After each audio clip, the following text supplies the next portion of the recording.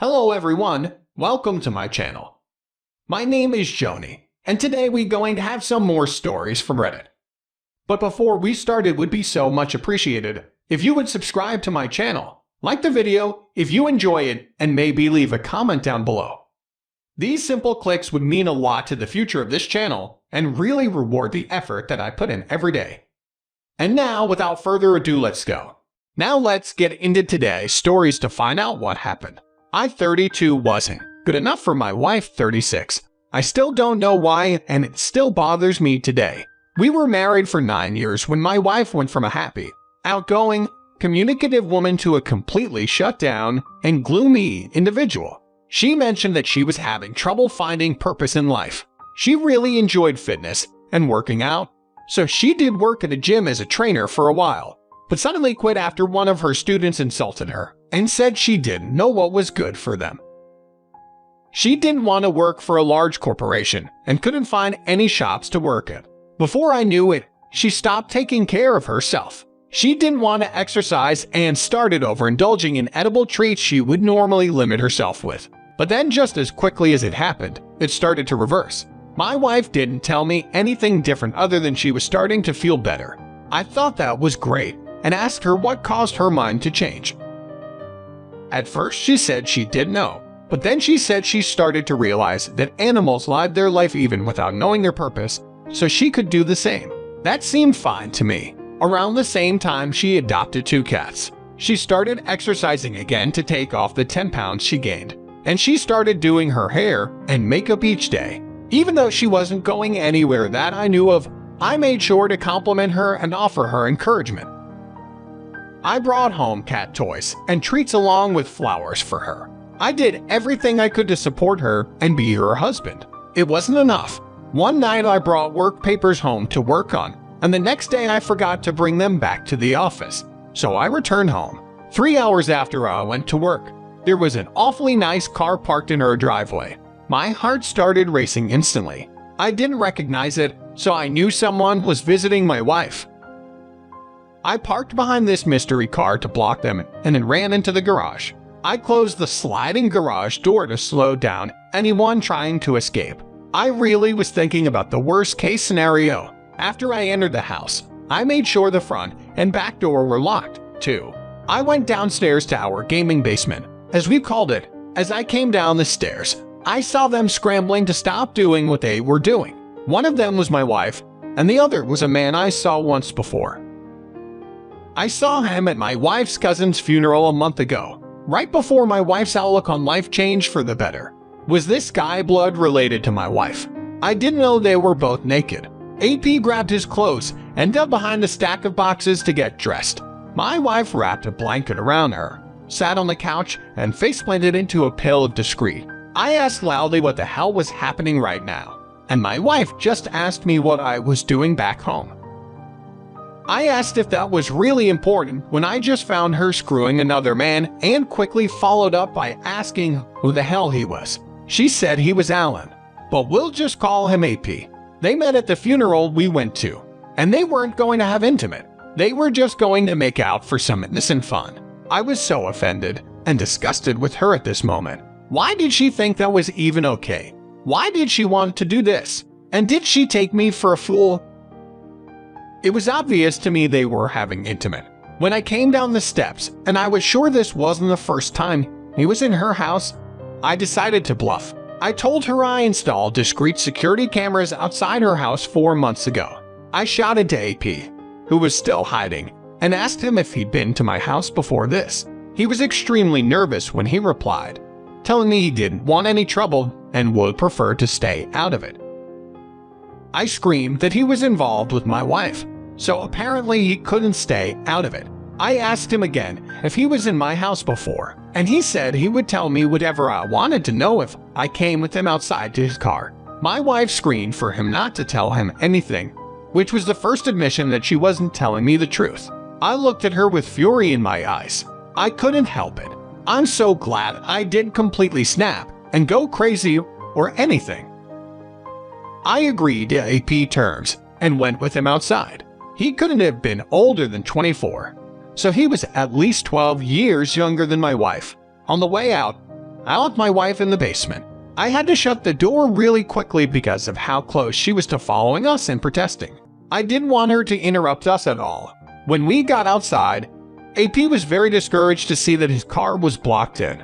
I told him to start spilling the beans. He hesitated, of course. He probably didn't want me to savagely attack him. But he was outside now and could see his car, which gave him renewed hope that I would let him leave. He said they started seeing each other the day after the funeral. Every day I was at work, he came over to see her.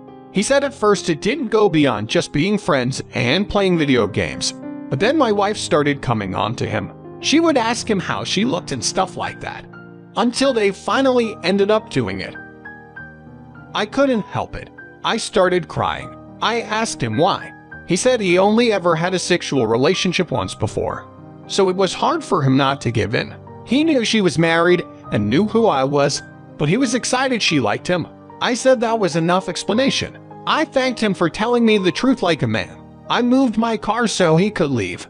Before he left, though, I told him never to speak to this woman again, even if she said we were divorced. I told him she wasn't good for anybody and he could find a better woman than her. He agreed. Just after he left, my wife's sister pulled up like she was responding to a fire. She tried to get out of the car before it was in the park and had to shove it into the park with her leg hanging out. She jumped out and started screaming at me that I locked her sister in the basement. I told her yes, I did because I had to talk to her lover without her screaming at us. She stopped dead in her tracks and asked lover. To which I replied yes. She had a lover in her house while I was at work.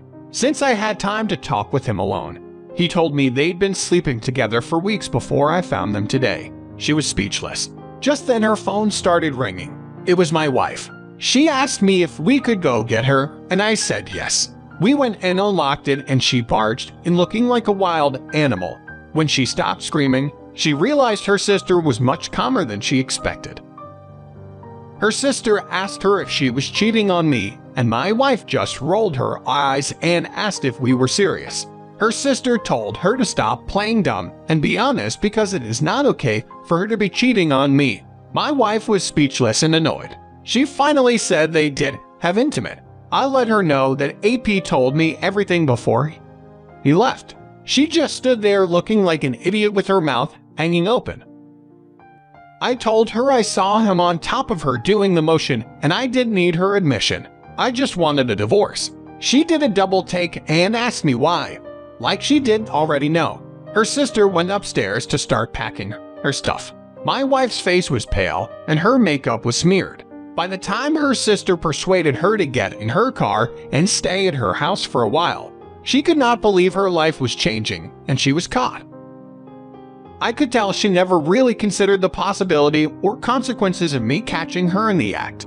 It's a shame. If she put any thought into her actions, she might have realized she wasn't ready to move or divorce me. Why wasn't my support and presence enough in her life? I showered her with love, but she only thrived with the attention of another man. I told her these things when she wouldn't stop calling me. She said she couldn't live without me, and she didn't think hanging out with this guy would lead to having intimate. I told her I didn't believe a word she said because she had a man over at her house while I was at work. I added that her behavior switched so quickly once she met this guy, so I knew she was sleeping with him and relishing the attention. Her sister caught her having intimate with a completely different guy in her own bed. That was obviously insulting and upsetting enough that she kicked out my wife. By this time, our divorce was final, and I got to keep my house. 9 years ago, I had my wife sign a prenup in my favor, and since I was paying for the house and she didn't think we were going to get divorced, she signed it. I don't know where my ex is now. I haven't heard anything about her, and I'm extremely glad we never had children. I've since started dating a new woman, and we've been together for 1 year. I'm taking it slow and only have my girlfriend sleep over for short lengths of time. To be ready for a new marriage means you're perfectly capable of standing on your own 2 feet and don't depend on another person to function. I know that sounds odd because it's joining together in marriage, but that's the best way to ensure your marriage will be successful. Now let's get into today's second story. The mayor to my wife, 30, was all fun and games until I, 31, needed her to compromise with me. When we got married at 24 and 25 years old, I was extremely well off already. I'd been working at my father's company since I was 18 and had several raises over that time and savings built up. My wife was able to get her nails and hair done whenever she wanted. I bought her a nice car and made sure it was always safe and legal. She didn't have anything to worry about, and she got everything she wanted. She was a good wife to me and never acted suspiciously or unhappy. The only thing I expected of her was to be there and have dinner ready when I got home from work. It all changed when my dad began struggling to pay medical bills for my mom. I told him I was more than willing to help, but it meant I had to tell my wife to cut back on her spending. I asked her to spend less than $200 a month on pointless things. Of course, I didn't say it was pointless spending. I called it fun money. She was appalled. She didn't know how to spend as little as $200. I told her this sacrifice was for my mom, but that didn't seem to justify it for her. 1 month later, while I was doing our expenses, I calculated that she spent $821 over what we could afford. When I confronted her about it, she blew up on me. She said she couldn't possibly stop buying the things she needed to survive. When I asked her what she was talking about, she named a haircut, nail fillings, a new purse, bath and body works, new clothes and new shoes. I could tell she really believed she needed these things. I was starting to realize I married a heartless, materialistic woman. I told her this couldn't happen again. My dad and mom needed our financial help for a while, and it wasn't asking very much of her. She still didn't like it, but she said she would try harder. The next month, while I reviewed our purchases, I found she got gas in a town 2 hours away. This shocked me. I had no idea she even left town. I decided it was much better not to bring it up with her.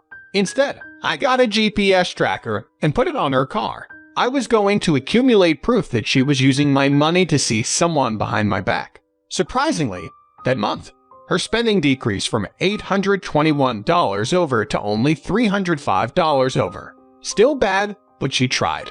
I told her she was doing better, but I needed her to cut back even more. She wasn't as upset as she was the first time, which actually raised a red flag for me. Was she spending someone else's money? 1 month later, I had a record of all the trips my wife made while I was at work.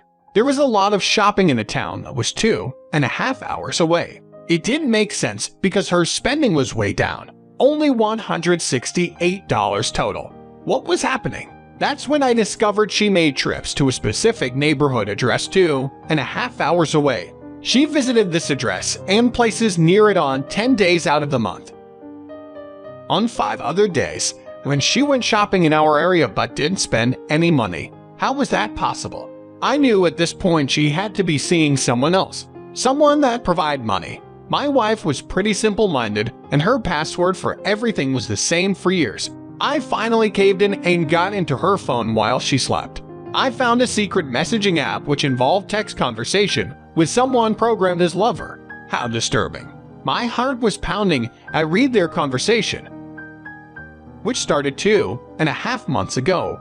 Around the same exact time I told her she needed to cut back on her spending. She complained to this person that she was being cheated on but didn't want to go through a divorce until she got revenge. So she lied to this man, and he gladly volunteered to sleep with her. He was a lonely older man who had money to spare because he was a lawyer. She found her perfect target.